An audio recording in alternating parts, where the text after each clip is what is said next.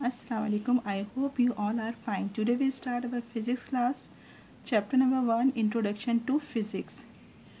First, we know what is physics. Physics is a branch of science which offers the study of matter and energy along with the interaction between them.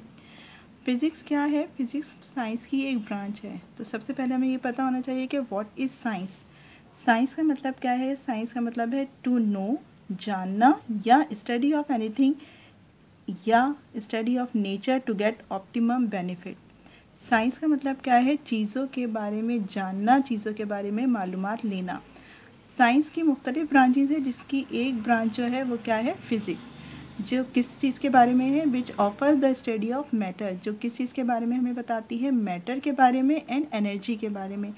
What is matter? ये सब हम पहले पढ़ चुके हैं कि matter क्या है. Matter is anything which occupies space and having some mass.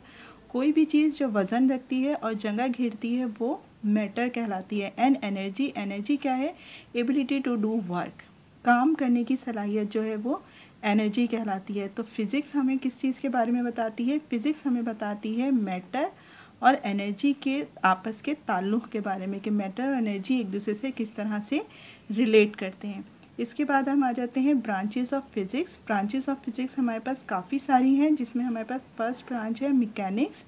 It is a branch of physics which deals with the motion of particles और bodies under the action of given force.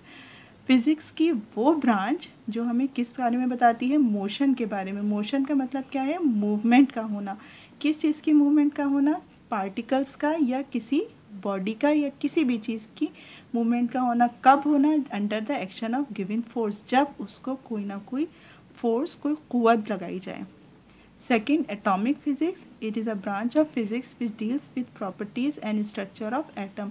Physics की वो branch जिसमें हम किस चीज़ के बारे में पढ़ते हैं? एटम की प्रॉपर्टीज़, के एटम की खुसूसियात क्या हैं और एटम का स्ट्रक्चर क्या है.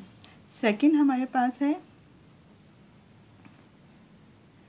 Electricity. It deals with the phenomenon and effect related to electric charge. Electric charge या इलेक्ट्रिसिटी की वजह से जो इफ़ेक्ट किसी भी बॉडी पर, किसी की बॉडी के पार्टिकल्स पर हो सकते हैं, उसके बारे में अगर हम स्टडी करते हैं तो वो कहलाती है इलेक्ट्रिसिटी. इलेक्ट्रोमैग्नेटिज्म, यहाँ हमारी जो ब्रांच है उसका नाम दो चीज़ों पर बेस करता है, electricity and magnetism. It deals with observation, principles, laws and method that relates electricity and magnetism. Physics की वो ब्रांच जो हमें किस चीज़ के बारे में बताती है? इलेक्ट्रिसिटी और मैग्नेटिज्म. मैग्नेटिज्म कब प्रोड्यूस होता है? जब बॉडीज़ पर चार्ज होता है, यानी सेम चार्ज पॉजिटिव पॉजिटिव या नेगेटिव नेगेटिव एक दूसरे को रिपेल करते हैं, और ऑपोजिट चार्ज पॉजिटिव नेगेटिव या नेगेटिव पॉजिटिव एक दूसरे को अट्रैक्ट करते हैं, जिसकी वजह से चीज़ें एक दूसरे को अट्रैक्ट या रिपेल करती हैं. वो कहलाता है मैग्नेटिज्म. जब हम इसके बारे में पढ़ते हैं तो ये कहलाता है electromagnetism. Solid state physics.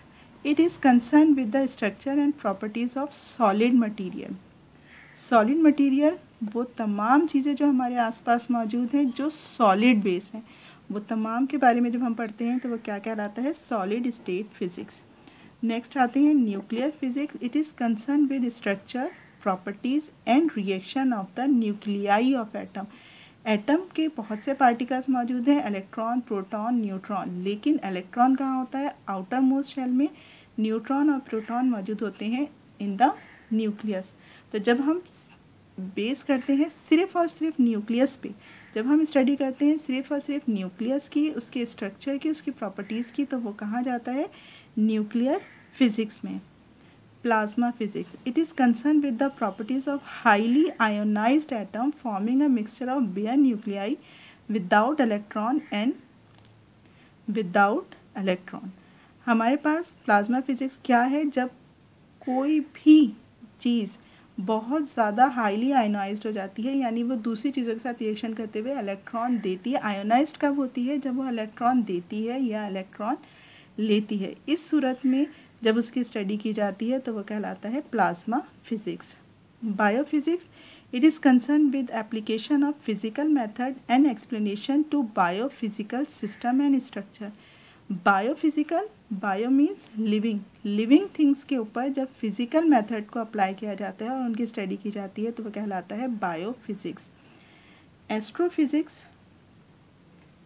It is concern with the study of physics of astronomical bodies. Astronomical bodies वो बॉडीज़ होती हैं जो खला में मौजूद हैं, जो दुनिया से बाहर मौजूद हैं, उनके बारे में जब स्टडी की जाती है तो वो एस्ट्रोनॉमिकल फिजिक्स कहलाती है। Electronics, it is concern with development of electrons, emitting the devices and utilization and controlling of electrons flow in electric circuit designed for various purpose।